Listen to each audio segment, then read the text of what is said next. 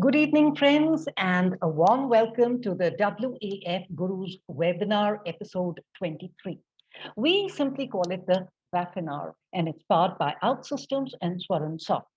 And today we shall be discussing the issue of next-gen apps at auto and mobility. And here I would request Team WAF to share the program details. You are watching the WAF Gurus webinar, 23rd of the WAF Gurus live series, which was started last year in the very first week of the lockdown itself, which was in the month of March, as you'll all recall. And within the next 6 months, in the year 2020 itself, the viewership has grown by leaps and bounds, crossing the 1 million mark for the WAF Guru Live. This WAFinar, as we'd like to call it, is powered by Outsystems and Swaran and is happening at a time when life is bouncing back to normal after the lockdown, with people on the go, back to their workplaces, and of course, maintaining the necessary protocol and COVID-appropriate behavior. And the topic, as I've mentioned before, it is about next-gen apps at auto and mobility. And to discuss this, we have an impressive lineup of speakers. Dr. Kamal, Karnatak, Group CIO, RJ Corp, a seasoned CIO with an experience of over 26 years. He's held senior IT leadership positions with Indian multinational companies like Aditya Birla Group, DCM Shriram Consolidated Limited, Unitech before joining RJ Corporation, and is a known name for building IT infrastructure from the scratch. He's completed his PhD from IIT Delhi. He's a BTech MBA and has done management courses from Indian Institute of Management, Ahmedabad, and Indian School of Business, Hyderabad. Rajesh Mishra, Senior Vice President, Corp Processes and IT at Volvo Eicher CV. And he's been there since February 2014. He specializes in strategizing and executing business transformation initiatives across the business domains, design and support scalable technology infrastructure for long-term growth. He was with IBM for 8 years as the director and senior delivery project executive. He was with Bharti Airtel for India as the managing delivery vice president and delivery project executive. And he was with the Eicher Limited as the group CIO. Wow, pretty impressive. Then we've got Manish Patel, an experienced IT professional in the automotive industry for over 25 years, skilled in business process, analytical skills, operations management, IT service management, and IT strategy. His core skills: business process re-engineering, strategic analysis and internal consulting, budgeting and cost control, IT delivery and program management, vendor management and operations management, and he's adept at crisis management, problem solving, negotiating, and operating in outsourced environment. Then we've got Graham Threlfall, the Global Key Account Manager, Vehicles Refinishes at Akzonobel. He has over 30 years of experience in the global automotive sector, specializing in collision repair and motor insurance claim sector, in collaboration with leading vehicle manufacturers, body repair groups and networks, motor insurance companies, and automotive standard bodies in the United Kingdom. From a program manager with Motor Vehicle Repairers Association in 1998, he went on to become the business director while the MBRA was under Capita PLC, and then the head of the RMI's National Association of Body Shops, the UK's leading representative body for the body repair shops and groups, the development manager of IBIS and Plenum Limited, and is now based in the Middle East as a global key account manager for Akzonobel. Yogender Verma, CTO, Carzonrent and Myles Cars. He leads the exhaustive end-to-end technology and the associated business needs at Carzonrent, a computer engineer from NSIT. He has over 17 years of experience spanning across multiple technologies and various industries. After globally leading some of the key products in his MNC career, he built and scaled technology from scratch for some promising startups and got them the next level of funding. Danish Aga. He's excited to be a part of the automobile industry, especially during another turning point in technology evolution, that is artificial intelligence and underlying data analytics. Having seen technology evolve in various sectors for over 2 decades, he firmly believes that technology is a catalyst to problem solving. He's been a part of the technology transformations for domains like telecom, foreign exchange, investment banking, and edtech, namely for organizations like Travelex, Bank of America, Merrill Lynch, and JP Morgan. Krishnakumar Ji, Solution Architect, Head, India, Outsystems, who has over 17 years of industry experience and is a trusted advisor who has driven large transformation projects consulting, pre-sales and enterprise architecture, and specializes in digital transformation. He has helped global customers achieve transformation through innovation on run, as well as change side of businesses.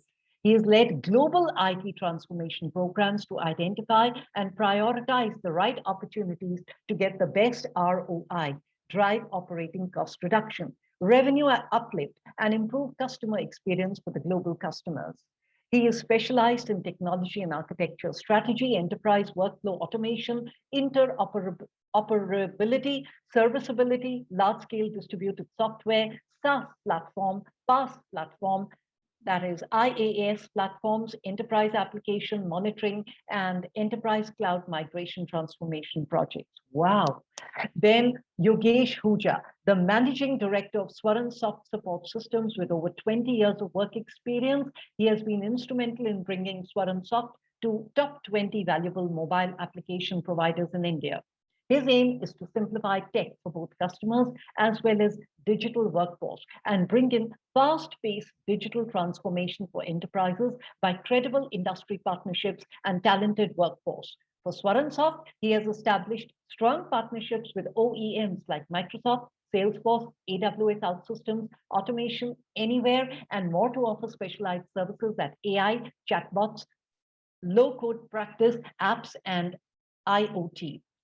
Their clients include Honda, Konica Minolta, GE, Saudi Aramco, Panasonic, Bosch& Lomb, DMRC, Domino's, and many other top giants of the industry. In 2020, when retail got hit due to pandemic, he introduced much-awaited retail intelligence cloud platform for airports, shopping malls, and cruise lines. And last but not the least, Anuj Guglani, the founder and CEO at World Auto Forum, which connects the auto and mobility industry in 125 countries. He's also worked with Honda Cars and General Motors. Last year, he launched WAF Ventures, the global investment and advisory arm of WAF, where they work with startups, investors, VC, and PE firms around the world. A graduate in engineering, he's done his MBA from IIT Delhi, studied law at the Faculty of Law, University of Delhi. And now, let me introduce you to the annual OEM Gold Partners, Morris Garages MG and Volkswagen, annual Gold Partner, Gallups Motors and One Motor India, annual partners, Focus Engineering India and Focus Technologies Dubai and MotorUncle.com. Media partners are Patriot, WAF TV, and Expo Sim. And now over to you, Anuj. Thanks a ton, ma'am. So those were some long but really important introductions, because unless we know our speakers and their backgrounds, and we will never be able to appreciate their knowledge and deep insights. So let's begin this program, ladies and gentlemen. So what is in store? The top CIOs of the industry for sure. And of course, we are also mentioned, we're given an offer that the attendees shall get 1 month of WAF CXO jobs service completely free. So let me just quickly show you how this works. All right. So you just need to go to Google, all right, your browser, just Google WAF CXO jobs. Here comes the first link. All right. Over here, depending on whether you're looking for a change or you are recruiting, you can click. It will ask for very basic fields, and this information will come, to our team, and it will be kept 100% confidential. and we can match this with the requirements that we keep getting from various CHROs and their teams for recruitments. If there's a match, our team will surely get back to you. And this entire service of matchmaking and back and forth would be completely for free for you for 1 month. If you are the attendee, right? So I'll just go back. I'll switch off the WAF CXO jobs and come back to the screen. Yeah. So let me just quickly rattle out the discussion points that we had finalized for this interesting discussion. So we all know that the auto and mobility have seen rapid disruption by tech. In fact, 11 years back or 12 years back, a smartphone with the mobile data and GPS had revolutionized shared mobility. Hey, so what's next? Telematics and enterprise solutions powered by IoT, AI, ML have been changing the way we work. In fact, it's really true that these days the apps power our businesses, factories, transactions, logistics, and more. We actually now have connected vehicles, roads, factories, warehouses, POS, consumers, and they are a reality. So coming to the apps now, if they really control our lives, what are the characteristics and qualities we need to have in our apps which control our world? And how do we envisage the next gen cloud where everything would reside and operate? Then, it's not just the apps. How do these apps would power our workplace, productivity, employment engagement, innovations? Because apps have to be, for a purpose, with a purpose. How would all this pan out? Then our customer engagement. How can we future-proof our customer engagement? How to be channel and device agnostic in a seamless way? How can these tech and apps help us power these? Then coming to the most important thing, scaling up, speeding up our existing and new businesses. We know these days the kind of deadlines we work under, the pressures. So how can tech and these apps really empower us in not just meeting but exceeding our goals, for scaling up and speed? And now coming to something of high concern. India has been one of the most cyber attacked countries. So if we go all out with our apps and low code and fast to market and scale up, how do we protect ourselves, our customers, our employees, our data, especially when they are mission critical, safety critical? And then how are the tech and apps powering our businesses? How would they be empowering the field forces, retaining customers, operating efficiencies, profitability? In short, how would they power our businesses and help us reach the end objective of our businesses? And what, in the end, if we can also sum up that, how do we, envisage a tech enabled future? So with this, I'll just stop sharing the screen. All right. And I'll, just again reshare the flow of the program. So we will have around 3 minutes per speaker for initial remarks, opening remarks, and then we will, come to Mr. From the Outsystems, we have Mr. Krishnakumar, and he will take us through a brilliant presentation on how the apps can really power our businesses, real life issues, how they get, answered and the challenges met. And then we can have a quick Q&A. So everybody, all the attendees, please feel free to keep putting your questions in Q&A. And also there's a very interesting poll that is on. You can, please participate in the poll. Okay. And they would be surprise winners, who answer the polls. You'll see the results on our social media handles. And of course, after the Q&A, we can have the closing remarks by every speaker. So that's the flow that we're going to have. Okay, so looking forward to a great program, the speakers and the presentation by Outsystems and Swaran Soft, how we can actually power our apps and technology, and then of course the Q&A. So without further ado, let's begin with a person who's really been in the thick of things, who is the CIO of a company which very proudly says it's a human thing, and they have launched latest high-tech products in the market. So let's listen from Mr. Manish Patel as to how he envisages the next gen apps in automotive and mobility. Thanks, Anuj. So, I mean, when we walked into India, it was pretty simple. We needed to be a game changer in the automotive market. Simple reason being, we had a lot of OEMs prior to us who were in the market, say 10, 15, 20 years. So we had to be a differentiator, and again, not from just a product perspective, but from a functionality perspective within the vehicle and outside the vehicle when it comes to core processes of customer experience, which is both sales and after sales. And that's how we started our journey. honestly, we were not sure whether this first vehicle that we launched in India as a connected vehicle would be a success or not, but thank God it worked out for us. We had great partners with us who had put in their skin in the game with us, and we actually succeeded. So that's the product part of it, right? Again, being first also has its own challenges. Now, you have set a bar at a certain level and you need to continuously go on improving upon it. So we are endeavoring to do different things from a vehicle perspective. So first a connected car, second we launched another car which is connected but with ADAS 1 functionality. And now we are just about to launch, or we have unveiled the vehicle with connectivity, but ADAS 2 and a bit of AI built into it, not a whole lot, but a bit of AI that comes in with the vehicle. It's very simple, you know. I mean, you have to be innovative to be in the market, or else whether you are an auto industry or some other industry or in the services market, it just ends up if you cannot be innovative and cannot keep ahead of the curve. Right, fair enough, Mr. Patel. So that's the message out, that you have to be innovative and that you have to be ahead in the game, you know, of others. So basically, so that's actually in line with this program's spirit and theme, to envisage what is the future so that we are ready now.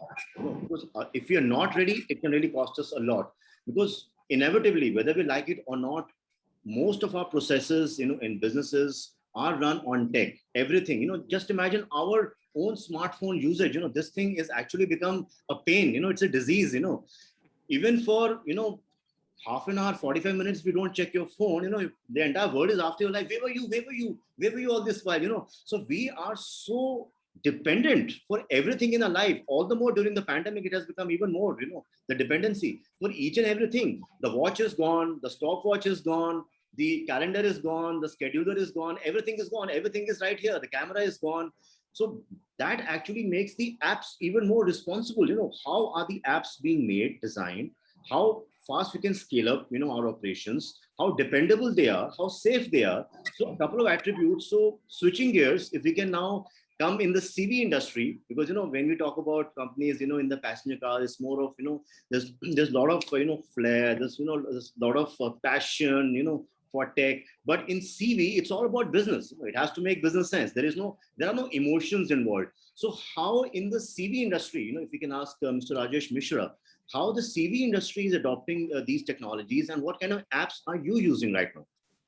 Thanks, Anuj, for setting it up for me. So you know, we are into a journey where app is playing a very important role from a customer experience point of view. Let me put a little background to it. In CV, if you look at, connected story is slowly, you know, picking up, and we announced 100% connected last year. And so far, if you look at the industry, typically these customer apps are basically a lot of product information or after sales information, but there was nothing which meets the customer operational requirement. So we decided that once we decided on 100% connected, we are going to work on a convergence theme. So obviously it means that your enterprise processes are completely digitized. You have a robust API ecosystem to pull and push anything which you want. So we have created a concept, My Eicher, which has three basically products. One is for the customer persona, other is for the fleet persona, and other is driver persona. So when it comes to customer persona, you should be able to do everything using this app. And so, and it is moving from a vehicle view to a fleet view. So we have moved everything to a fleet view, and within fleet, we use a lot of analytics and including enterprise data. And you know what we call it is about your fleet efficiency, fleet productivity, driver behavior, your performance on route, your performance on trips. So that is really catching up. So benefit of connected is bringing this powerful medium, which really helps the customer to look into his operation and see where is the action lies. So most of it is analytics driven. So it is all insights. So it is not a drill down of reports and data. It is pinpointed analysis based on the segment he's operating. If he's a e-commerce customer or a construction or mining, so different analytics are pushed into it. So this is one side of the story where we are trying to converge connected and enterprise together. So whether it's this aftermarket experience, uptime is another big story for us. So using connected, we already build up a uptime center, which we do a lot of predictive maintenance. And we are using that and workshop experience and bringing the uptime story to customer, that how many breakdowns he had, how much time he lost, what was our response, what is the workshop repair time, what is the cost involved, how it is impacting is correlating with his business uptime. So a lot of that power analytics is helping him, and that is catching up. So beside this, there is a lot of digital interaction, which used to happen through our channel. We are trying to take it out from the channel and bring it to the mobility, so that direct customer interaction for most of the processes is getting enabled. So this is as far as the digital interaction and convergence theme. Second thing which we have started working is on the digital disruption. So here we using again our API ecosystem and partner ecosystem. We are bringing solution to the customer which he really needs on day-to-day basis. Be it a load visibility or riding on a Amazon ecosystem. They already have their own system. So how do we complete the life cycle of the requirement of the customer using mobility and the API integration? So this is the theme we picked up, and we are into this journey. Only caveat I would like to say that it needs a lot of enterprise processes to be digitized, to be maintained properly, because a lot of this comes out from here. And second aspect on this story is, as Manish was talking about, we are also now going through a disruption. So you would have understood that a lot of CNG movement is happening from diesel, and electric movement has started happening in bus. And in some segment, like mining, there is autonomous. So you cannot think, delivering value without a mobility ecosystem. So it's becoming very imperative and basic that you have to have a very strong mobility ecosystem to drive value and integrate this vehicle technology disruption into the IT ecosystem. So that's how I would like to put it. So that's fantastic, Mr. Mishra. And in fact, I'm really delightfully surprised to listen to so many digital innovations that are happening at VECV. One quick question here, like we are doing so many things, at the company level, enterprise level, but when it boils down to, the fleet owner, fleet coordinator, supervisor, the driver who might not have a smartphone, who might have a feature phone, or might not be that well read, adept to, use these apps and these analytics. What is being done on that front where rubber meets the road? So, so there are different solutions for, like for a driver community, we opt for a lot of, non-smartphone channels to deliver the insight. Like there is an insight which we call do it yourself, which comes out from our predictive maintenance algorithms, and driver has to take some action, whether it is urea related, def related, or engine overheating related. So we have started using this channel, and through our call center, we are also plugged in voice bots to deliver this information to him on a real-time basis. As far as fleet owners and fleet managers are concerned, they have caught up, by using WhatsApp and a lot of other capability on a smartphone. They are quite aware and they are in any case using some or another telematics system in the local region. So that is making easier. I think the toughest job for us is their ability to absorb analytics insights. So typically they are very good in track and trace. And when you have to move that curve to insights and analytics, that is where the effort is going on. And we have taken a task that we are educating, unlike B2C apps, We are not just leaving it on to App Store and expecting customers to start using it. So we have a complete adoption program where we are spending 6 to 8 interaction physically with customer and his operation team to show this value and establish this so that he gets stuck with it. Once he start, regularly using it, then the value start generating. So that is the approach. One quick question, Mr. Mishra, to what extent your technology and your apps have been able to solve the two perennial problems. Number one, fuel theft, and number two, non-genuine spares. So on fuel theft, let me be very candid. So depending on the, what you want to measure, your sensor which goes into the tank, scales up, right? So there is a standard sensor which goes out of as a standard product. There we are able to estimate plus minus 8 to 10 liter fuel theft. Okay. But when it comes to a specialized requirement, we have integrated the partner ecosystem, which can also detect less than 5 liter. So both solutions are available depending on customer choice. We allow him to use it, and both are integrated on my platform.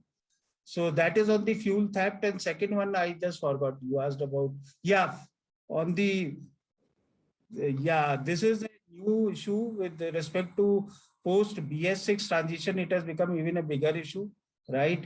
And we have not yet cracked it. We are working with certain academic institutions, IIT Indore and IIT Delhi.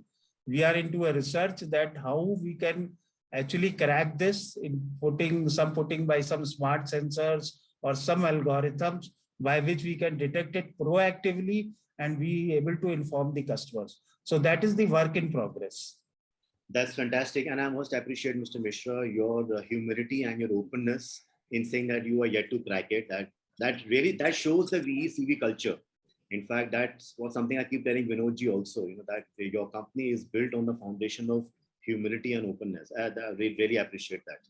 Great. So now switching gears again and coming to a different industry altogether. So the FMCG. So the next person who's coming is the group CIO of one of the biggest, largest bottlers of Pepsi in India. They have so many, facilities, of bottling. So how are they using these apps and these technologies? How are they fast to the market? How are they delivering quality, on and on again? So for that, we'd like to invite Dr. Kamal Karnatak to share his views on the next gen apps. Okay.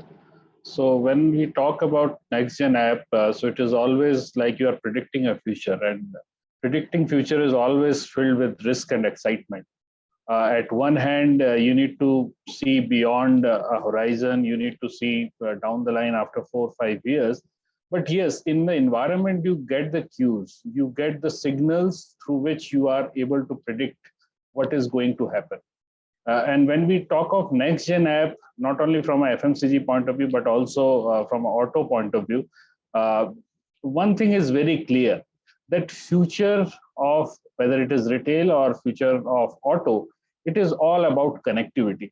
In fact, this IoT is also a past tense, I would say. People are talking about IOV, Internet of Vehicles, where vehicles would be connecting to each other, vehicles would be connecting to the infrastructure, road, traffic signals, vehicles would be connecting to the pedestrians, to the shopkeepers, retailers, and all those things. So we are talking of the ecosystem which is connecting, which is giving lot of real-time insight into the sentiments of not only people, but also things. So people are talking about Internet of Vehicles. Second very important thing, people were talking about cloud computing, but the new term is fog computing. People are not talking about cloud computing anymore. So future is about fog computing, how within a local area, you can have a system which can talk to each other. So people are talking, so edge computing, fog computing, and then cloud computing. So in this kind of acceleration of digitization, people are thinking that yes, apps are there, which are going to eat all of your processes, all of your things. In fact, last time I shared that Mark Andreessen has said software is eating the world in 2011. And it is actually true. software is eating the world, and people are not only talking about the mobile first strategy, people are talking the vehicle first strategy. So tomorrow's platform is a vehicle. Tomorrow's platform is no longer a mobile smartphone or a mobile. So in this kind of scenario, I think speed is a new money. Last time I said that speed is very important while you are designing a system or designing an app. So speed is a new money, and cost is the slowness. So if you are slow, if you are not able to deliver fast, you are not going to remain in the environment. So for that, you need to fail fast. You need to have the kind of experimentation within your organization, within your ecosystem, and you need to borrow ideas. You cannot have all the ideas for yourself. You can take the ideas from ecosystem and you can collaborate with the people, and that is what we are also doing in our industry, where we are empowering our salesmen who are there in the market and selling our products. We are also talking to retailers. We are taking their help to streamline our business processes. And for that, we are using a lot of apps. So if time permits, I can go into the detail later. That's fantastic, Dr. Kamal. Dr. Kamal, just one question here. We hear this a lot of times. We need to fail fast. We need to experiment. But practically, when it comes to the ground level, how open are organizations or the bosses or the networks to give us that time and space to fail? Because failure is still not taken as a badge of honor. It's still taken, as a blot that he or she failed. So in that kind of a scenario, how can we actually fail fast and experiment? Some thoughts on that? So as you know, in IT, there is always a concept of depth, quality, and production. So when we talk about fail fast, we are not saying that entire organization need to fail to achieve something. Obviously, within a section, within a territory, within a dev environment, you need to do that kind of experiment. So for example, in our organization, roughly 4 to 5% of budget we keep for the innovation, where everything is allowed, in a sense that you are allowed to fail, you are allowed to experiment. Once you have taken something in that dev environment, you have perfected that thing, then you are transferring it to the quality environment and a production environment. So whenever we say fail, it doesn't mean that entire organization you are going to fail, but fail in a development environment or in a limited environment. Fair enough. And so, Dr. Kamal, when you say that 4 to 5% of innovation budget you have you done some calculation how much of net profit it can actually connect to, possibly, if you have some historical figures on that? Yes, so some of the innovation has given us 20-25x kind of return also. So whenever we say that we have a budget, we always take budget in terms of value. So if you ask me, say, if you want to ask me 10 crore, I can give you 10 crore, provided you show me a value of, say, 25 crore. So through that, we work in the innovation budget, and some of our innovation has given us 20 to 25x. Obviously, roughly 60 to 70% innovation didn't materialize. I would not say those failed, but probably the right time was not there. Probably the organization was not there. Probably the ecosystem was not there. That's why we could not take it into the production. But yes, some of the innovation which worked well has given us tremendous growth in terms of opportunity. Fair enough. So that sounds a very systematic entrepreneur kind of a culture and environment. That's fantastic. So switching gears again and now shifting geography as well. So going all the way to UAE, to Dubai, where we're being joined by a gentleman who is leading the region, of an organization which is one of the world leaders in paints and refinishing services in the automotive, and that is Mr. Graham. So Graham, so we would like to hear your perspective. How, as a non-IT person or as a business head, regional head, you are using these apps for your teams? Because one is the tech people get it developed, from agencies and companies like Outsystems and Swaran software and others. The other is where rubber meets the road, where the people, the field forces actually use them. So what are your experiences? What kind of apps you and your teams love using and would continue to use? Thanks, Anuj, and thank you for WAF for this good forum. Yeah, it's a very interesting topic. And What I would say first of all is, look, we are in the the collision repair sector mainly. This is where our customers operate, and it's in the automotive aftermarket. I think the automotive industry. We talk about a lot of these words around disruption, and there seems to be a lot of sort of buzzwords around a lot of activities that we've seen linked around Internet of Things and stuff like this. But as an industry, we have for many, many decades faced lots of disruption. Yeah, we've all seen in our careers vehicles, go from very, very basic technology and evolve and develop all the way through. And what's good to see is that constantly through that evolution, technology has always played a part in this, whether it's in tooling and equipment, whether it's in the skills, whether it's in the ability to interrogate vehicles. And now we're facing this new age now where naturally, the Internet of Things or the connected customer, as it is. I mean, you mentioned it earlier, Anuj, that, your phone was very close to you. If I was a betting man, I would probably say that probably across all the panelists and maybe even many of the audience, your phone is probably within 1 meter of you right now, yeah? So, convenience is driving, what we see in terms of the use of apps. In my region here, we're very app-driven. We order our groceries on an app, we order our food on an app, our takeaways, we do our banking.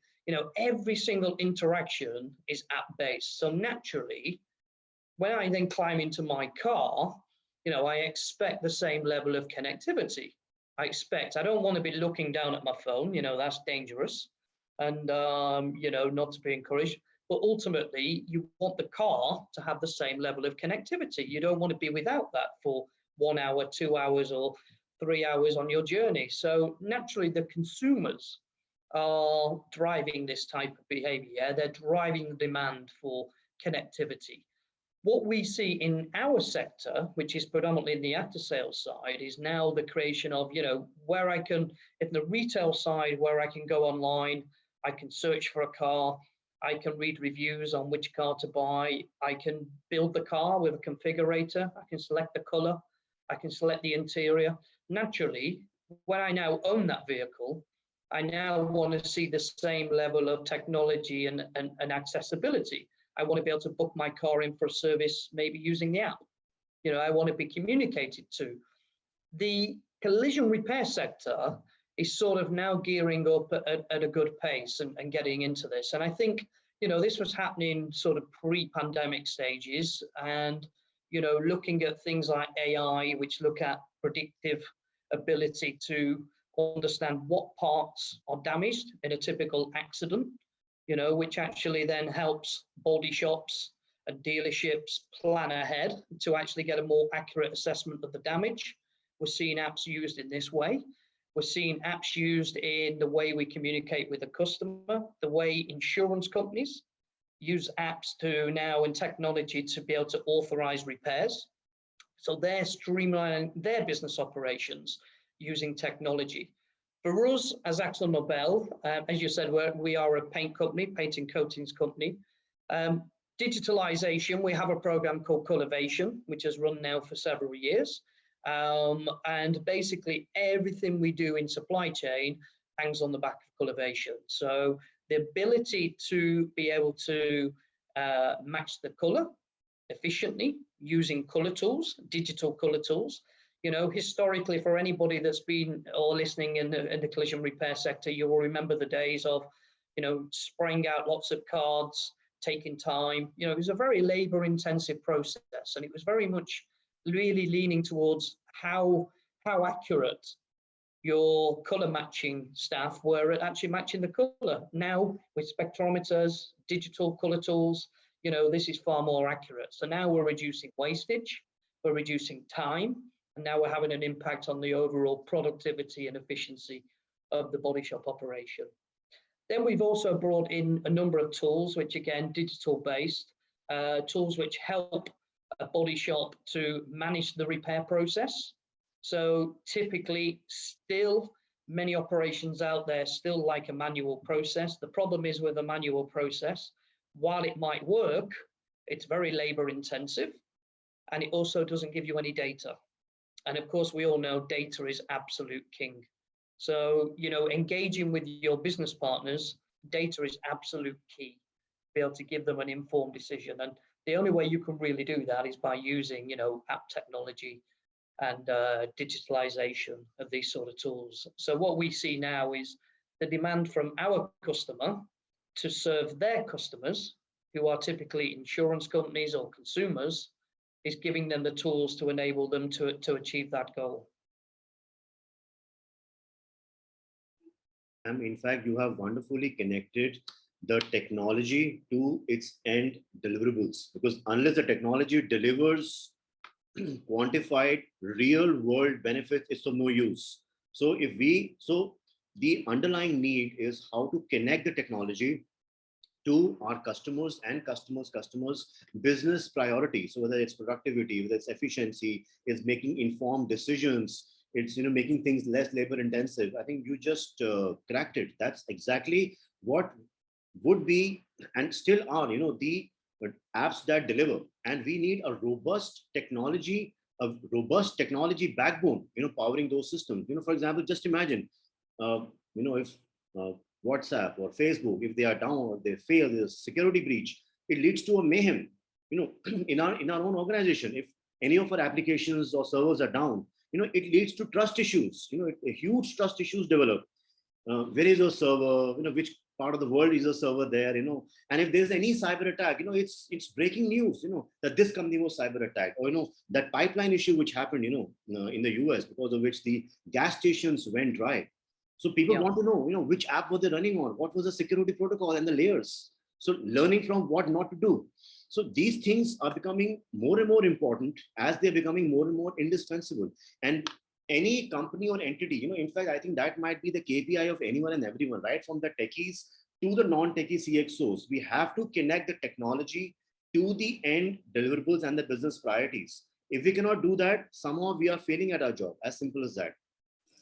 So switching gears again, and now going into the car rental business, which is a completely different business now. So getting in the CTO of one of the biggest car rental companies in the country, that is the CTO of Carzonrent and Myles self-drive cars, that is Mr. Yogender Verma. In fact, he had also won our award, for one of his apps that they had made last year. So we'd love to hear more about that particular app, and also how they are using, these kind of technologies for, delivering these benefits for their customers and drivers and the entire ecosystem. So Yogender, over to you. Sure, thanks, Anuj. So, when you talk about next gen apps, or say the next gen innovation, I guess of course the key driving factor is the customer experience. And being a player in services, mobility services, that's something we have to always be ahead of the curve when using technology and creating innovation. And thanks for mentioning that we won that best innovation in mobility sector award for our tech platform.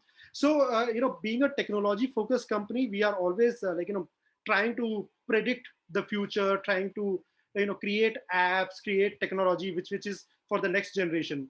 So if we look at, for example, the B2C space, I guess two trends which you might have noticed in the last decade, and I'm sure they're going to still govern most of the technology developments, most of the innovation in the coming decades. They are personalization and on demand, and that's true not just for mobility. I guess it's true for healthcare, it's true for education and whatnot. Everywhere the user wants things to be personalized to him to as much extent as possible, and they would want it to be on demand. Ride hailing, when it came around more than over a little more than a decade ago, it tried to cover this on demand that aspect of shared mobility. But then what we realized that then it came at a huge cost of customer experience. The quality assurance had gone for a toss, and then if you talk about business travel, then it is to at that extent that business travel cannot be, those needs can never be met by say ride hailing players that easily. So there we come into picture, and then we we try to utilize technology, we try to create convergent technology. So we're trying to give the kind of experience to our business users, which come from an expectation from a ride hailing scenario where they want things to be on their tips, on demand, and maybe on the preferred channel that they want to use. It could be WhatsApp, it could be some other payments app. So they want that kind of efficiency, that kind of flexibility, but with a assured quality, with maybe consistency in price. So that's what we try to do. We leverage machine learning. We try to leverage AI, and we are creating all those possible flows. We are trying to assure quality using machine learning. The quality is being assured, comparing the pictures taken by drivers of himself, a selfie, or maybe of his car, and then at the back end we are trying to assure quality for each ride that is being delivered to the user. Similarly, we are automating and all our flows so that of course for higher scale, and for increased efficiency. And that if we talk about the enterprise segment now, again the trend that we that we predict for future in enterprise segment is that you would rarely see any organization moving down, say 5 to 8 years later in time. You would rarely see any organization doing anything but its core.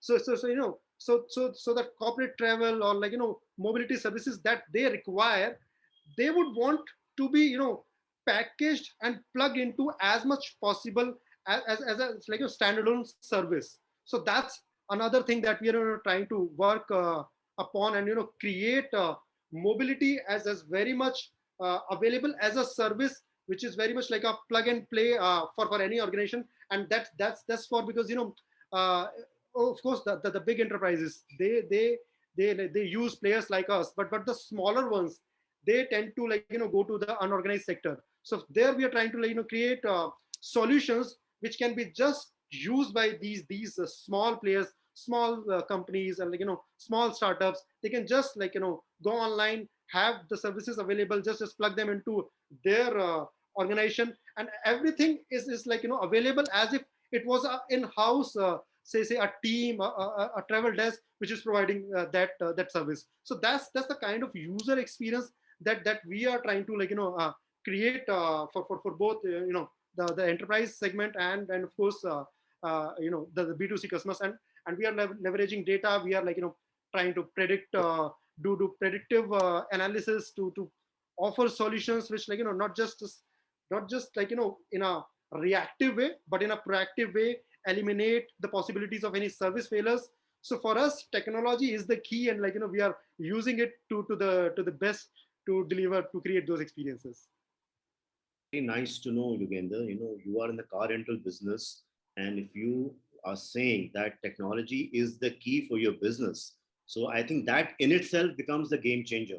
And yes, I totally agree with you that these technology offerings becoming modular. You want to scale up, you want to speed up, you want to scale down, you want to do some tests. As what Dr. Kamal had mentioned, the innovation, experimentation also you can do in a part of it in a controlled environment. So yes, and all this is going to come very, very soon. Absolutely, I couldn't agree more with you over there. So all right, switching gears and now coming to the automotive retail. So friends, we have amongst us the CTO, the group CTO of the biggest auto retail group in the country. This group runs and operates more than 133 outlets for passenger vehicles and other vehicles in the country. And I'm talking about Group Landmark, and I'm talking about Mr. Danish, who's the group CTO. And he's come from a different industry, so he has multiple perspectives. So would love to know first how the tech, know-how and the tech delivery is a bit different in this, and how he envisages what kind of apps would, define the future, according to you. All right, I think thanks. Good evening, everybody, and thanks, Anuj, for that introduction. What I would say is, somebody who's from a dealership perspective, what we offer is essentially a bouquet of range of vehicles, especially in multi-brand dealership that we are into. Now, for us, technology, definitely, I think a lot have been said about personalization, customer-centric, customer experience. but it was very important to kind of figure out what exactly in that personalization, somebody who can offer range of offering would be the specific elements that we look into. Now, one of the key things as dealership, as customers for us experience is, and those moments, we offer those moments and capture those moments right from a journey of inquiry to sales and eventually post service. How do we offer those moments and build that technology around those kind of emotions? How do we give a better choice? Can choice, because since we are dealing multi-brand, can there be a choice? Can there be a visibility? And followed by, once the choice is there across our whole journey, what is it that how often we provide a response time or a service to the end user? Because we are the ones who are recipient across different brands. We hear basic customer voice. So how do we have a better response systems in place? What has happened, very surprisingly, having kind of seen in multiple industries personally, automobile per se, I acquired a word called interdisciplinary. Suddenly, interdisciplinary digital transformation has taken a place. No more, I think, at the moment we're looking at choices or within the ecosystem, what's happening vis-a-vis whether it's dealership or automobile world. We are actually forced in terms of giving these moments, choices, and better response to look at our industry beyond our ecosystem. The companies like possibly the Amazons of the world or you can Netflix of the world, how they are giving these choices to moments to each of our customer where they are offering bouquets of solutions. Okay, so that has been kind of a focus in terms of our whole journey from a customer experience perspective, very specific on certain emotions from front to back in terms of how we do our pre-sales experience, sales experience, as well as service. So that's kind of been the whole theme around which our app development in terms of mobile technology, be it e-commerce, be it predictive analytics in terms of what service offering we need to do, has been, I think, a core focus in terms of the context from where we are looking at customers, especially to provide that wow moment and retainability of customers in the longer time. Wow, that's fantastic, Danish. I couldn't agree more with you. In fact, you took me back 17 odd years. You know, my first day at General Motors, and I have this brief, you know, every person who joined, the new joinee has few minutes meeting protocol with the company's president and MD. So I had that meeting with my president back then, and I joined sales and marketing. And the first question he asked me, why can't we compare our dealership customer experience with that of Jet Airways? So that at that time, Jet Airways was at the top. You know, that's what he asked me, and that set me thinking. You know, wow, that's a beautiful question, and it demands a beautiful answer and a beautiful action. So yes, we need to go beyond just our industry. You know, because people are getting exposed to multiple things. You know, people are addicted to Netflix. They don't watch. Netflix starts sending you notification. Hey, I missed you. Where were you? You didn't see, watch anything tonight, blah, blah, blah. So we are used to a particular UI, a particular experience, and we suddenly, if we get something else or much, lower, we feel, hey, I don't belong here. This is not my world. I belong elsewhere. I belong to Netflix kind of UI. So yes, UI UX is a huge, differentiator. And of course, backed by a robust backbone, which is dependable and reliable. So yeah, absolutely. So now I think, so let's now get in the managing director of Swaran Soft, who has been patiently listening to all of us and who has a lot of ideas on how all this can be actioned. And of course, then we get Mr. Krishnakumar also from Outsystems. So let's have Yogesh in the discussion. Yogesh? Yeah, thanks, Anuj, and hello to everyone. I have a story rather to tell after listening all these things. So I consider as a part of a family, there was a small baby called Digital. And this baby was getting an attention of, 5% of total family focus. Why? Because this was the only expectation that, okay, you are a digital baby, you just be there, keep on delivering something, whatever is required. And suddenly something happened and this baby was asked to deliver something more. And attention started going that 5 to 10, 10 to 15 to, and today, if you talk industries, people are talking about more than 40% of attention going to this baby. And this baby is now saying that I have a potential to deliver something in a stipulated time, which I've been doing from ages. how can I deliver at such a fast speed? So, and then this baby is required to, as we were talking, Dr. Kamal said that definition of failing is that's superb that you've told. In the definition of technology, DevOps, the fail fast is something which is very, very structured.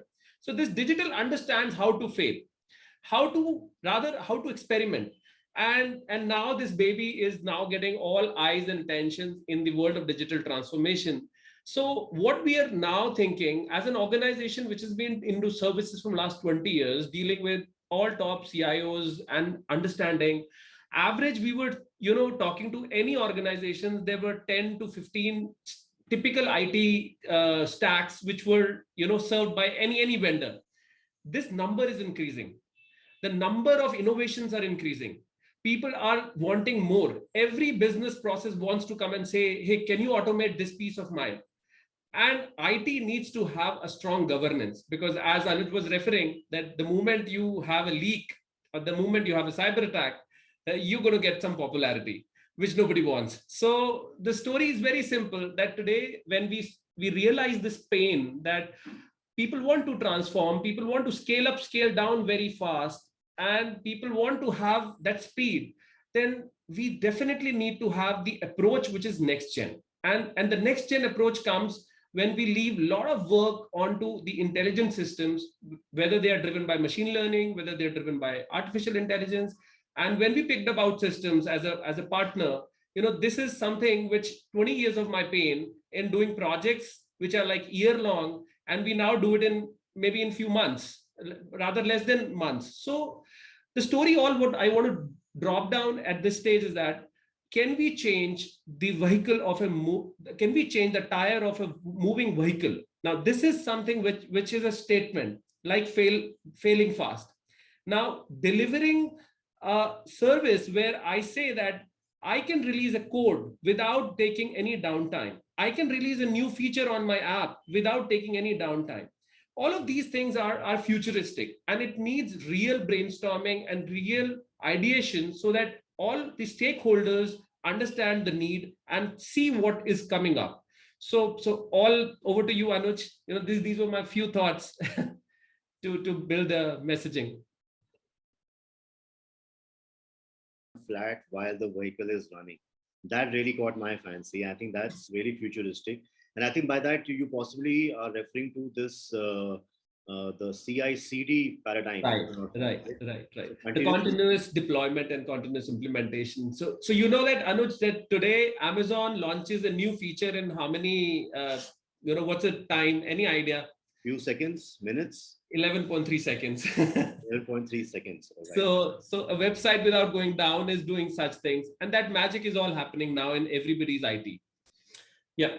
Great. So as Danish had mentioned, that people are benchmarking the UI UX with Netflix. So that day is not far when we will also benchmark the tech and the app performance with Netflix and Amazon and so forth.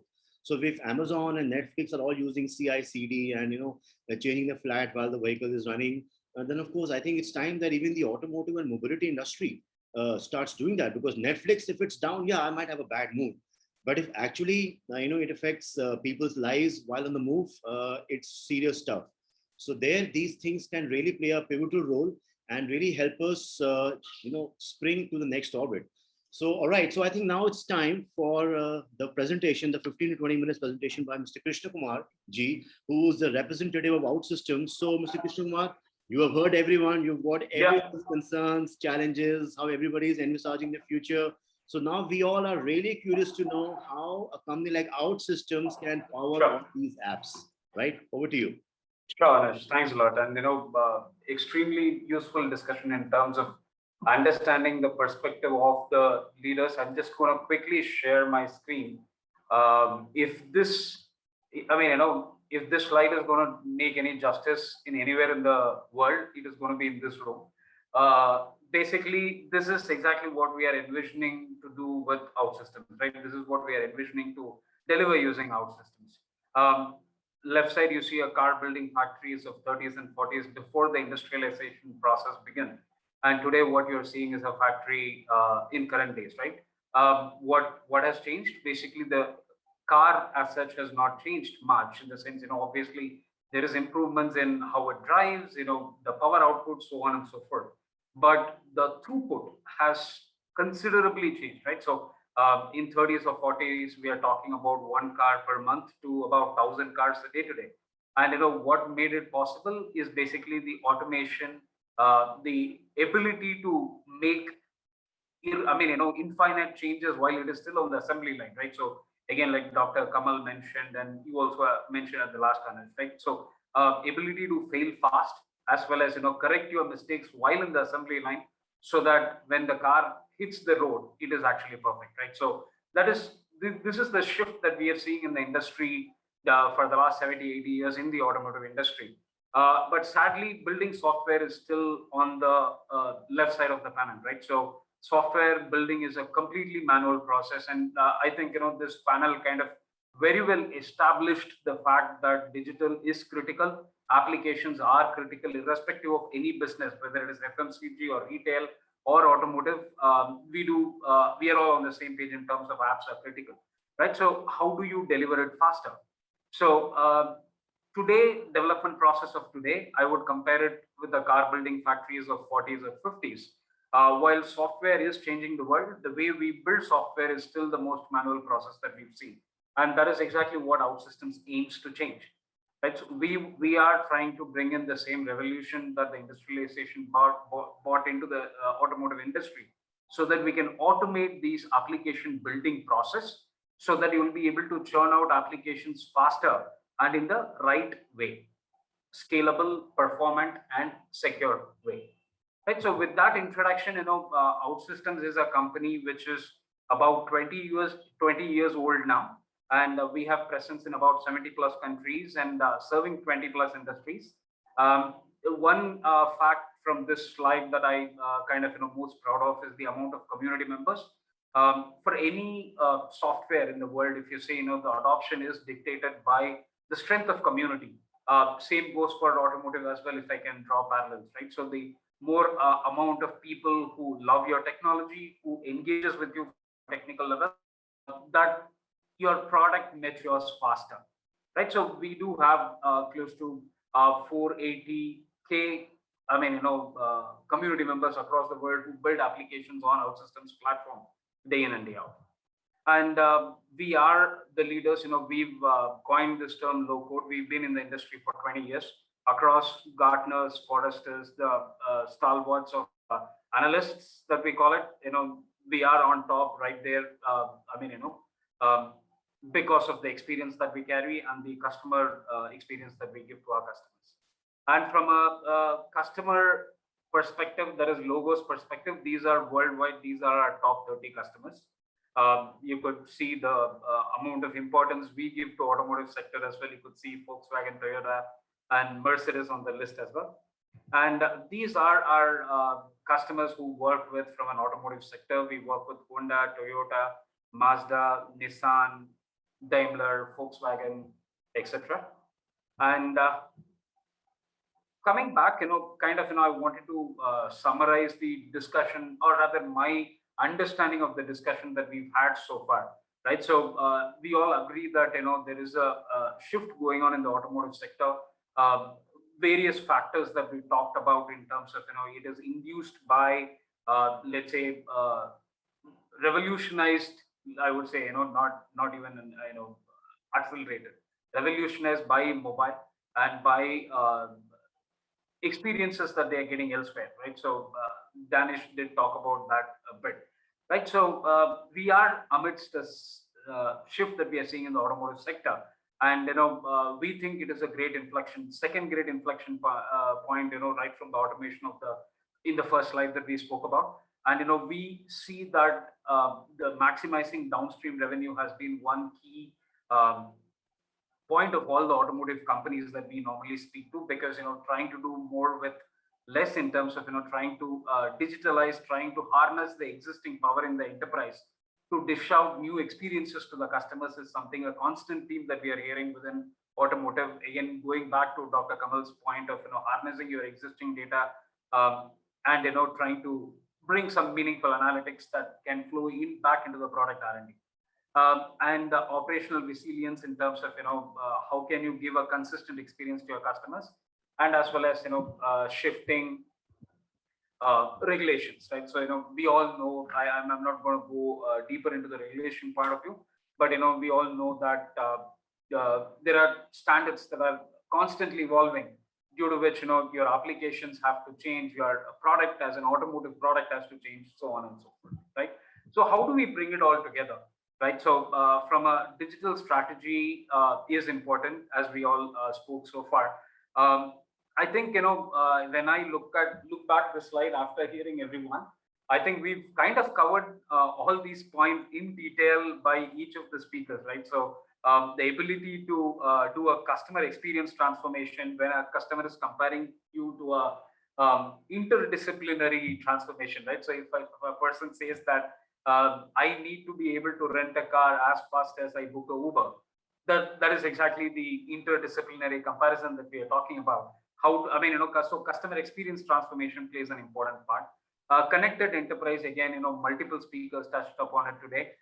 It is very important to connect your existing data within the enterprise, so that because all these companies, all the automotive sector companies are really having a wealth of experience behind them in terms of gathering data as well as making meaningful information out of it, right? So digital backbone, Anuj was referring to multiple times. So that is exactly what this point is talking about.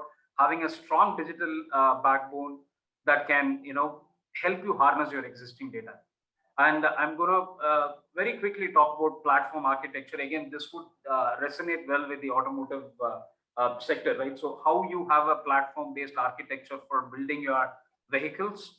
We are proposing the same thing. You have a platform-based architecture to build your applications as well, so that all the benefits of having a platform-based architecture and building cars can be transported into building applications as well. That is standardization, quality control, security, consistent performance, as well as easy serviceability, right? So that is exactly what we are trying to bring into the IT or the apps business as well. And the fourth part is about innovative product proposition. How do you make software as a differentiator, right? So again, there was a very good point made, I think, again, by Dr. Kamal, in terms of software is eating the world, right? So how exactly every car automotive company has become a software company, almost like a software, operate like a software company. But how do you again differentiate? How do you differentiate from a user experience perspective? And finally, legacy modernization. How do you catch up with the technical debt in terms of if you are not able to change fast due to legacy technology that is actually bogging you down? How do you move fast from that and get that required agility to innovate faster? And this only basically reiterates the point that we need to change is the only constant. And again, I think all these points have actually been touched upon in the call today: artificial intelligence, machine learning, mobile, security, connected enterprise, platformification, like we spoke about right now. And I can assure you that I did not make the presentation while you guys were talking. This was the content which we've already prepared a week back, right? So I'm happy that it is all coming together, and we are thinking alike in terms of what is needed in the industry, right? Again, from a Outsystems perspective, these are something, 4 strategic areas where we normally engage with our automotive customers, where we are helping them transform their internal as well as external businesses, right?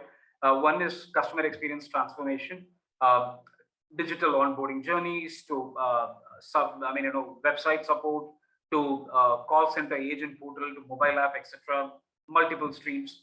Again, from a workplace innovation perspective, how can you better manage your internal innovation? How can you give your employees and your contractors a better experience to work within your company? And third is process automation in terms of, again, I think we did talk about a lot on the process automation perspective in terms of, how do you orchestrate these processes, across disciplines, across multiple business units within the automotive sector, and how do you make a coherent process so that it would it would be efficient and reduce the turnaround time, basically, right? So, and then you're talking application modernization in terms of if you have a chunky legacy applications where you have a system. We normally call it a system of records, right? So you do have gathered a lot of data over a period of time. How can you use that existing data that is connecting to your, let's say, your ERPs or your CRMs, and how do you create new experiences on top of this so that the decision-making process becomes faster and the customer experience becomes better? And how have we helped these companies typically is that, the strategies that we worked with the automotive sector and how Outsystems helps. We've seen how Outsystems helps in the previous slide, but this is how the digital strategy that we've made for these companies, right? So growth engines to provide robust technology and digital platforms, building a new digital factory, like I said, platformification of digital factory, so that the apps can be built faster and in context with what is customer expecting. And again, develop employees with diverse skills. You do not have, when you are doing a workplace transformation kind of a project, you don't want your employees to learn or use one more app, right? You typically want to kind of bring everything together and give them a better experience so that they can manage everything from a single place, promoting collaboration as well. And finally, from a process automation perspective, strengthen the core enabling functions to get a better output. And this is, going really quick onto the platform architecture for assembling apps, right? So I'm going to spend a couple of minutes on this particular slide. And typically what, again, reinforcing the thought that we've gathered from the forum, as well as, what Outsystems does for other customers. Typically, we see that, this is what you already have in your existing enterprise, in terms of system of records or system of reference, in terms of a large amount of either customer data or production data or data gathered from connected cars, any these kind of data, right? So that is what forms as a base for the data architecture for us. And then there is an application architecture.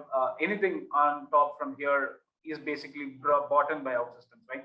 So from a modular architecture perspective, so that you can quickly remove some components, reintroduce new components, use reusability across the parts bin, so that you will be able to churn out new applications in a very standardized manner with inbuilt security, as well as AI assistance.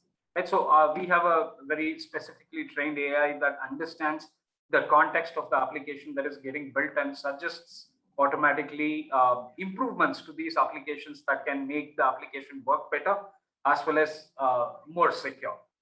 Right? And then, talking about integration architecture, this is where it plays an important role, or, generally from, Yogesh can vouch for this, generally from a integration perspective that is connecting to the existing systems. How do we fit in an enterprise architecture of an automotive company, right? This is the block that normally takes a lot of time. And in today's world, that is, without Outsystems, you typically do this for every single application that you are building, right? So, but Outsystems is, the benefit of the platform-based assembly is that we build this integration architecture by default for just one time, so that all the applications can, sit on top of this platform and harness the integrations that are made possible through this particular platform. And then final block here is the business architecture block. That is, we talked about, B2B, B2C, B2E, that is, business to business, which is, in the automotive sector, if you are talking about CV sector, then we are talking about, you can equate that to a B2B business. And, customer vehicle segment is basically B2C. And then, you also have a B2E, which is basically a business to employee domain, right? So we would be able to kind of, sit on top of these existing data, existing components, and we will be able to kind of extend your experience really, really fast across all these channels. Right?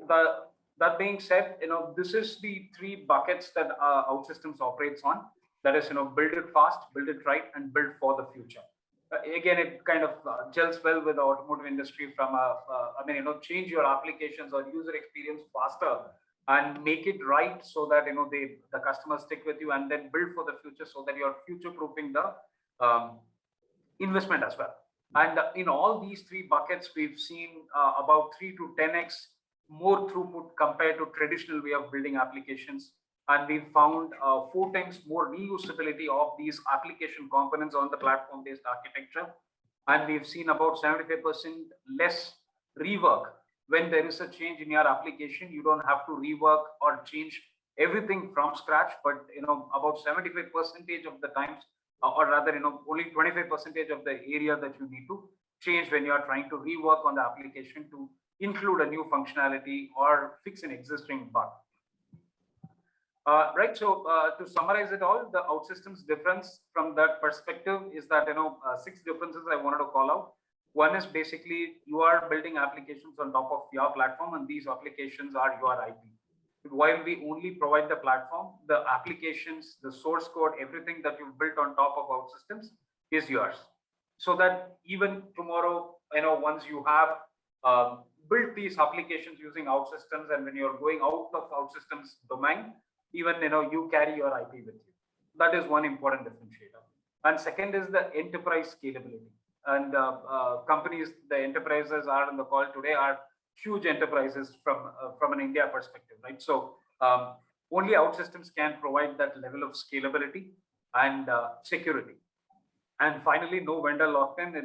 That is, when you are typically having a ERP or a CRM, when you walk away from them, all that you get is an Excel sheet with the data. Whereas in Outsystems, you get all these applications back without Outsystems components in there, so that you can keep running these applications and modifying these applications even without Outsystems in place, in future. And pixel perfect UI, this is where people love Outsystems in terms of the ability to create applications not only fast but in a very right way and in a very pleasing manner. That is the ability to create new age transitions, either from a mobile app perspective, animations or transitions, or even from a web perspective, a responsive web application or a progressive web application. You'll be able to create a pixel perfect UI that adopts to any form factor that the user is looking at. And highly extensible, this is where, again, going back to the platform-based architecture, you will be able to plug in your existing investments. You'll be able to bring in new plugins as well to make this platform highly extensible so that you don't have to rework. This is the point which basically helps with the rework, right? So reducing rework time by around 75% by changing the cabins. And finally, unlimited applications in terms of, this is again goes with the platform approach, that when you are working on the platform, you will be able to build any number of applications without any limitations on these applications, what kind of applications that you can build. You can literally build any, that kind of segues into my next point. And these are the kind of applications that customers have built on top of Outsystems. From an R&D perspective, digital validation, research documentation, from a pre-production assembly line perspective, production engineering, digital factory vehicle, that's also digital twin as a concept, right? And then from a production perspective and a mobility or sales perspective, these are the core processes that our customers have built on top of Outsystems platform.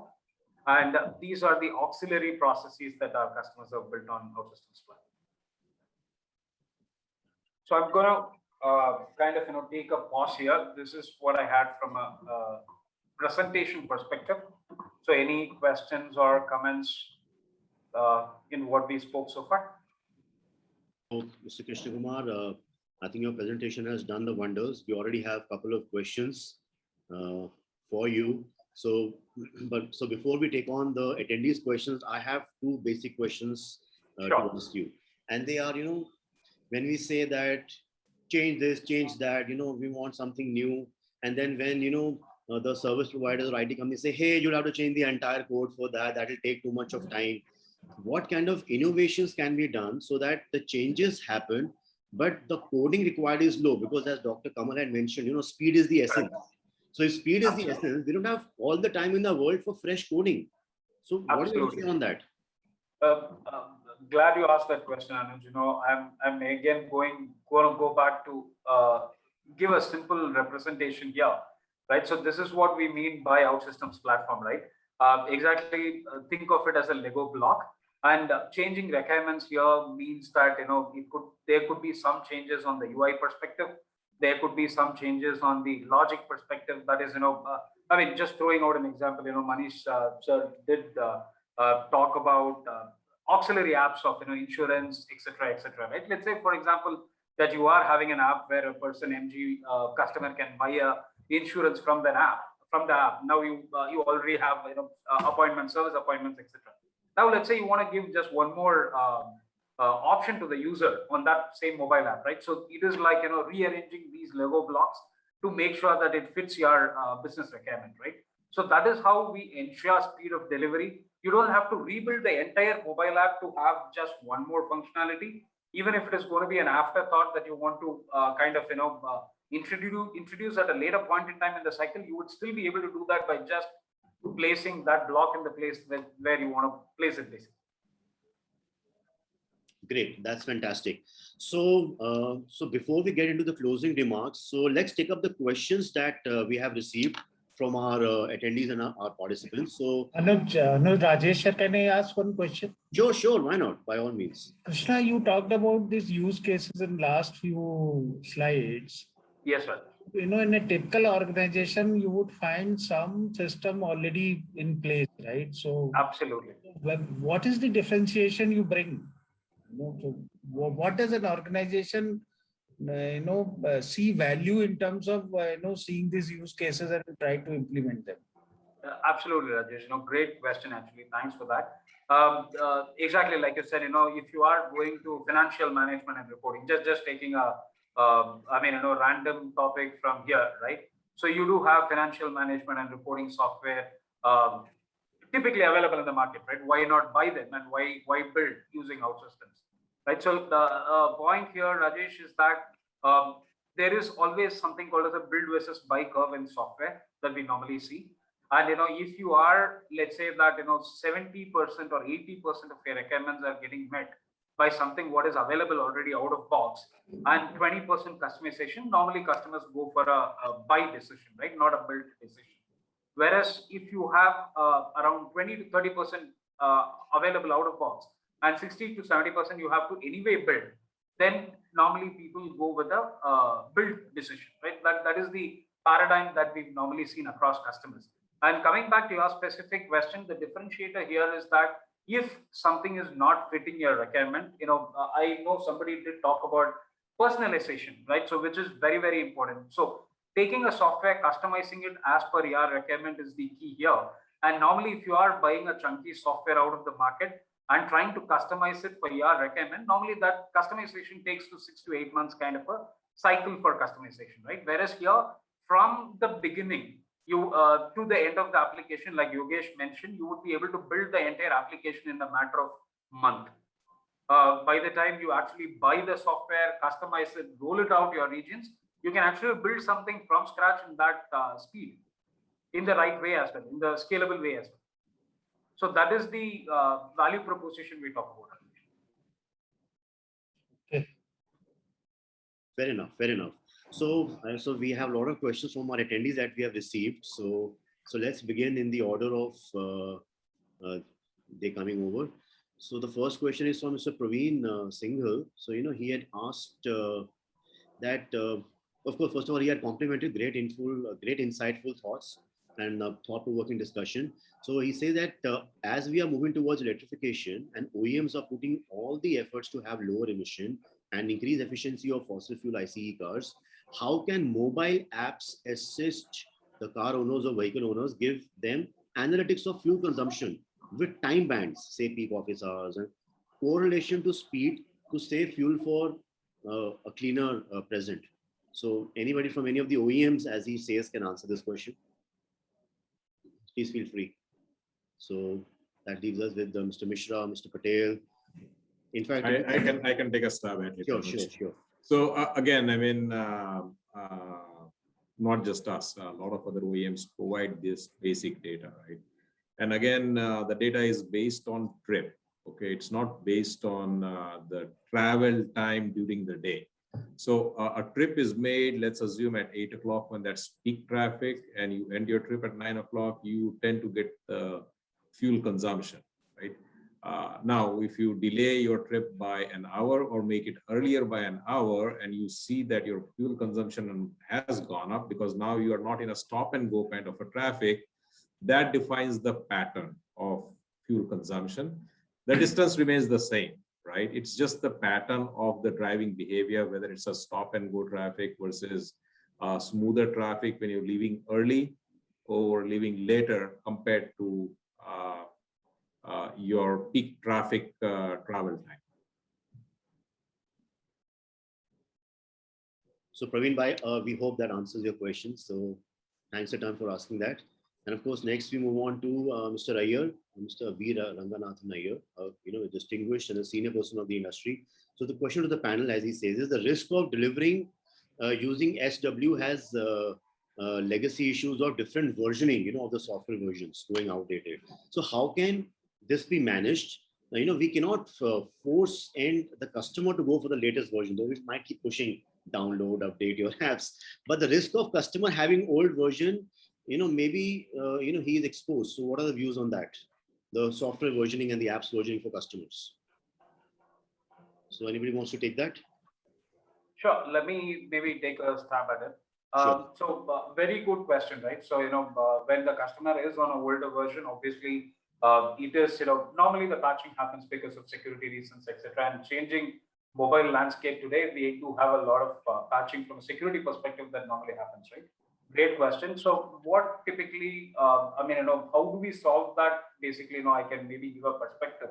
So what we do is something called as a OTA update, right? So how we solve that is that when the customer installs the application, mobile application on his mobile first, we do not ask him to go back to Play Store and update it, but we push the updates of the application through an OTA update, or next time when he launches the app, it is going to trigger an update at the backend to that particular content of the app, and then without updating the app on the Play Store, it would still be able to have the latest framework, so that the risk is avoided, basically, right? So we do practice this currently, and exactly for the same problem statement that Mr. Eicher has mentioned.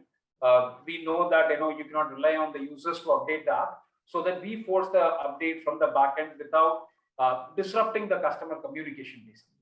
And we call that as a over-the-air update for that particular app, and it is in practice, and hope that throws some light on the question. All right, fair enough. But I'm sure there has to be some inherent strengths and checks and balances in the app to ensure that the different versions don't cause a conflict and the customer is not exposed to any real danger.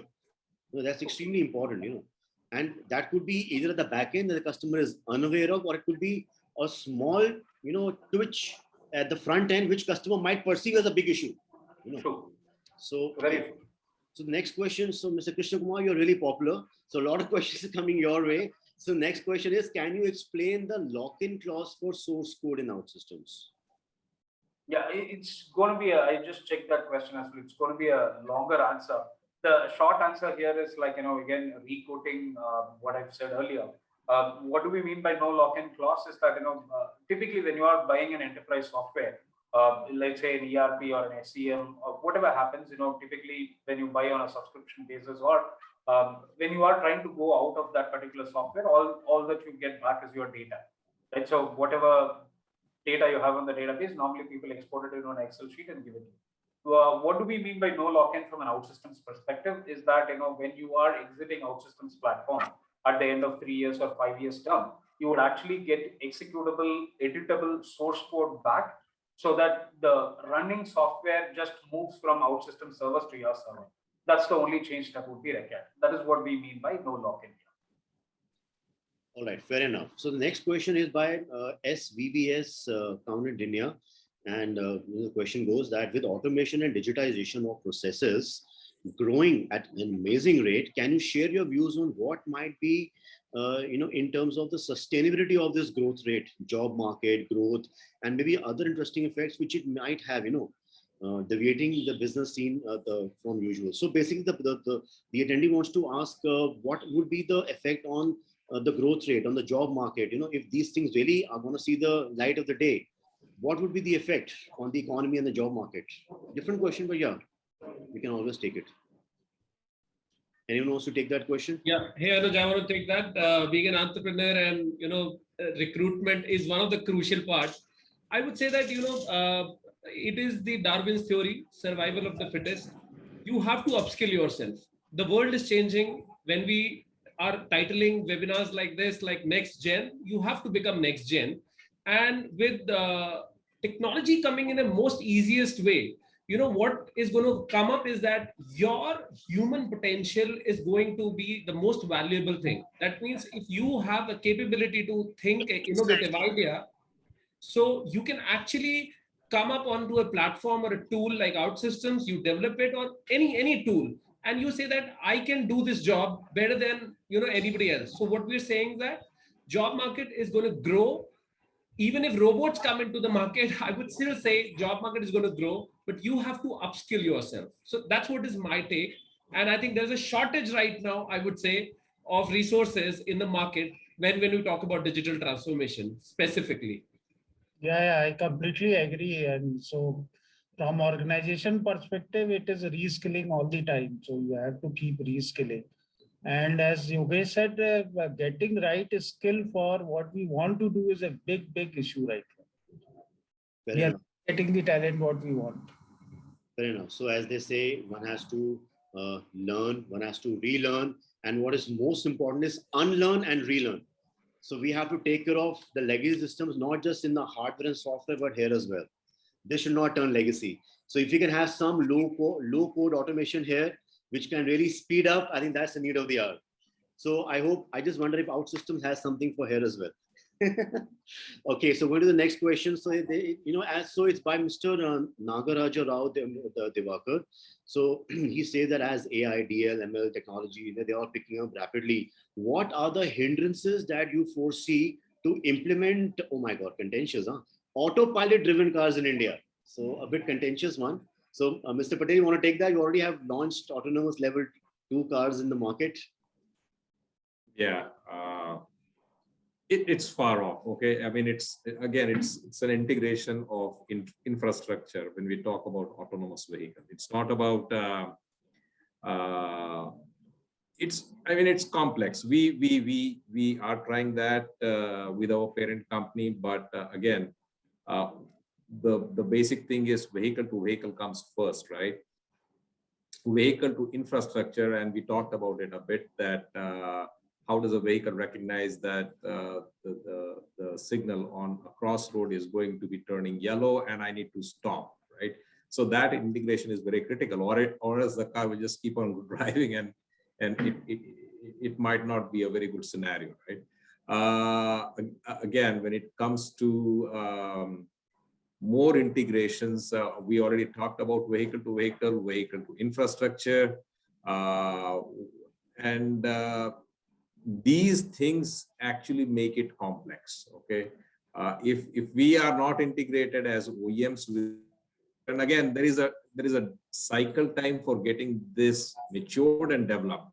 Obviously, it will take time for us, and again, globally, it is going to take time. It's not going to happen overnight. So plain and simple, it's complex, doesn't happen tomorrow. US, there are huge issues around the autopilot. Though Tesla's owner's manual says you cannot run it totally on autopilot, somebody has to be behind the wheel. Though Mr. Elon Musk keeps ranting, no, leave it, totally trust it, this and that. But there have been, so many inquiries. Even as we speak, NHTSA is doing all the inquiries because, it cannot differentiate between the sun and the shade and, those seams and the lines. It gets confused. It gets confused. Yeah. So there might be 8 cameras or 10 cameras, so they are also evolving. Just now General Motors recently has acquired a stake in Oculi, the company, which are, evolving those cameras. So a lot of action is happening. So let's see. There's still not a definite word, but yeah, something exciting could surely come out. And so I think so, friends, we will have to stop the question now and we'll get quickly into the summarizing because we are almost, out of time. So quickly, 30 seconds summary by each of the speakers. If we can start straight away by Dr. Kamal first, if you can summarize 30 seconds on, So I would say it was a great interaction. So I could learn a lot about the auto system. where people are asking about job market, I would like to give two scenario. Recently, I was reading a book, The World Without Work by Daniel Susskind, and he said that in the history of this entire world, and he was talking about 3,000 year of history.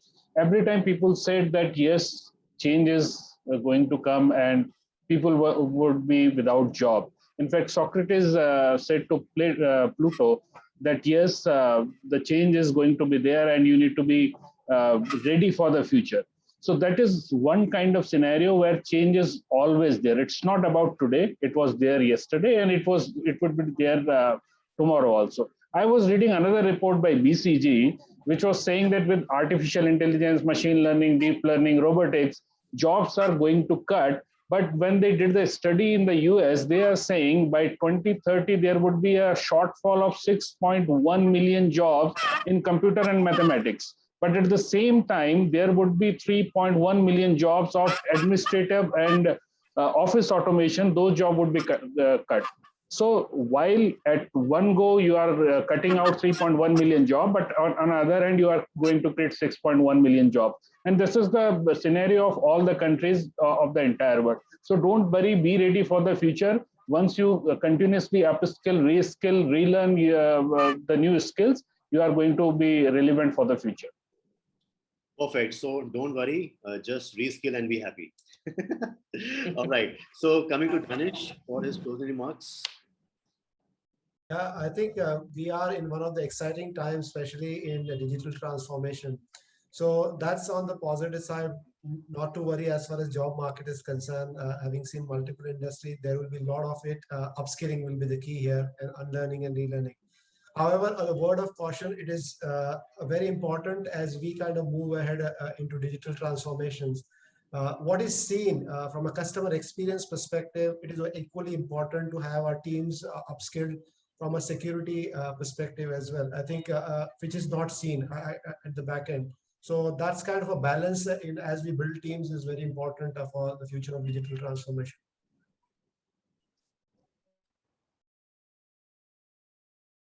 It signifies your sectorial insights and knowledge, because so you have multivarious experiences over that. So now requesting Yogender to share his closing remarks, please.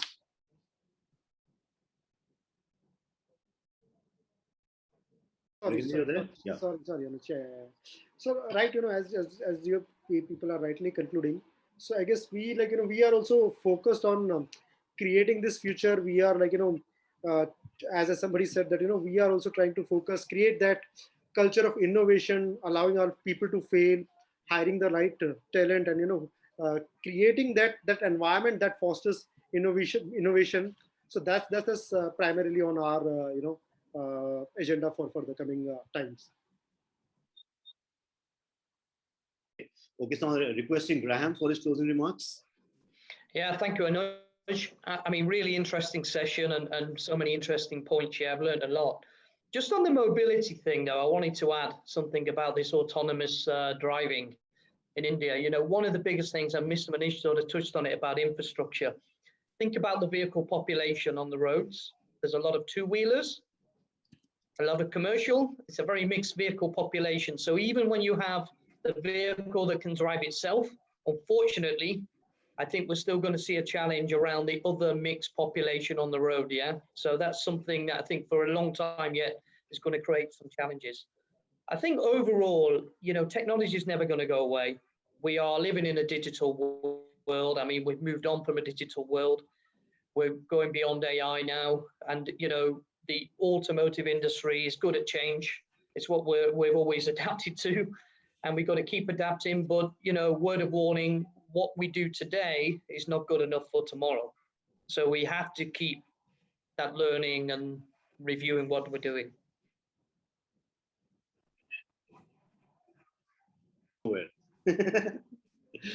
All right. So, Mr. Mishra, requesting for your closing remarks, please. So it is a good interactive and learning experience. And one takeaway, I would like Krishna to engage with me to understand deeply in automotive use cases what exactly and some of these companies have created value out of low code platform. Second couple of observation. One is a point which I did not mention. See, there is also a big shift which is happening, that gap between product and digital is blurring. So, and that is a huge opportunity for, IT guys, that, the interpretation of data brings a lot of understanding of domain and product and vehicle architecture. And that is very valuable skill. So, whoever is working around this, they should not only look at the core software aspect, but also these aspects which build the profile in a very good manner. And to summarize, change is continuous and we have to be on it and we have to keep working on it, because more and more challenges as we move along. I think one of those KBC episodes Bachchan Saab had mentioned. By the way, we had done a fundraiser at KBC recently, and it was fantastic. So Bachchan Saab had mentioned, he had gone to his father during his struggling days. He, Papa, till when would this life be hard? Sangharsh kab tak rahega? So his father answered, late Shri Harvind Sai Bachchan ji, jab tak jeevan hai, tab tak sangharsh hai. The last breath of your life, the struggle is on. So challenges would be there. So it all depends on us, how well we can, not just solve them, but also harness them to go to the next level. So that was great, Mr. Mishra. So coming to Mr. Patel for his closing remarks. Again, thanks, Anuj, for providing the opportunity to interact with the fellow colleagues here. Interesting session, interactive learning. I just want to take 1 minute and say this question about job insecurity gets asked a lot. Okay, we have the same questions coming in from suppliers. Now, if you transform the industry from gasoline and diesel to EV, what happens to these suppliers, right? Simple answer: upgrade yourselves, look for opportunities, right? That's what people also need to do. Again, thanks for providing, and we'll look forward to more sessions with you, Anuj and Jerry. Thanks. I just need to drop off. I'm into another management call. Surely. Perfect. Thanks, Anuj. Thank you so much for calling. Thank you. So moving to Yogesh for his closing remarks, please.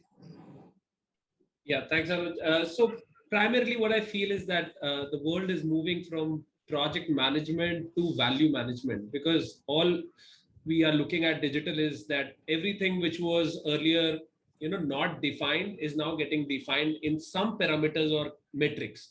So the message that I want to give is that keep experimenting and keep counting your experiments. The lot of leaders who have used digital very effectively, they have actually done at least 4 to 5 experiments every week. So when I say experiments, these are the one which we were talking about failing fast. So do a lot of innovation, promote your people to think, innovate, and build those ideas into something constructive fast. And definitely, then it is a very evident that success will come when you are making a daily practice, because it will not come out of the blues. So it will come when you will do a daily regular practice. So that's what is my closing remarks, Anuj. Is where the secret lies for going to the next level. Fantastic. So coming to the rock star of the day, who has been asked the maximum question, Mr. Krishnakumar.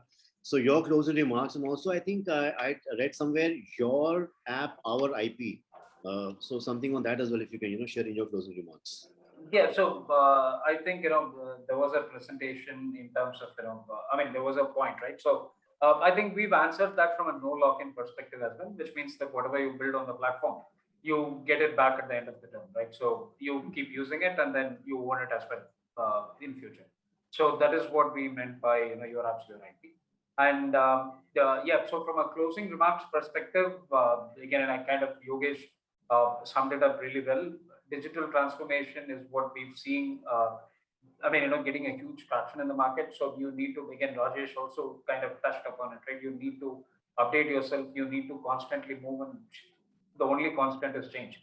So build it fast, build it right, and build it for the future is my thought. Yeah. Outsystems and not in system, because everything is within, So that was a very good, there is a story behind it, but I'm sure, I think we are running out of time. Okay. But our founder is from Portugal. He named it, and there is a very big story about why it is called as Outsystems. All right, we'll surely listen to that for sure. Yeah. So Sure. thanks a ton, ladies and gentlemen. I'm so sorry for overshooting by 14 minutes. So over to you, Kiran ma'am, all yours. Kiran ma'am, you there? We are in. Kiran ma'am, you're on mute. Yeah, I've been following the session very closely, and it's extremely heartening to note that we have the giants, the top of the line specialists from the auto industry, talking about the future of mobility. And mobility is something that none of us can live without, at least in the present time. I'm myself hooked onto apps and I don't feel like driving. And here I see these experts, such well qualified men who are talking in terms of not their own profit, but how it's going to help the user in terms of cost, in terms of time. And at the same time, you people are extremely concerned about digitization and layoffs. You are trying to ensure that digitization does not lead to any manpower getting laid off. You're concerned about generating employment. You're getting more and more futuristic, and at the same time, the kind of issues you discussed are very realistic. These were not any hypothetical reconstructions, and these were not something that you're talking at a tangent. These are things that are actually happening, and you know how to take it to the next level. Well, if you have such concerned people, you are surely shaping development of our country, of the world. And at the same time, I hope you people are going to lead to some decongestion on the roads, because that is also what is needed. So my closing line, you auto gurus rock. Keep going. Of your rocks. So thanks a ton, ladies and gentlemen, for making this discussion and the evening so worthwhile.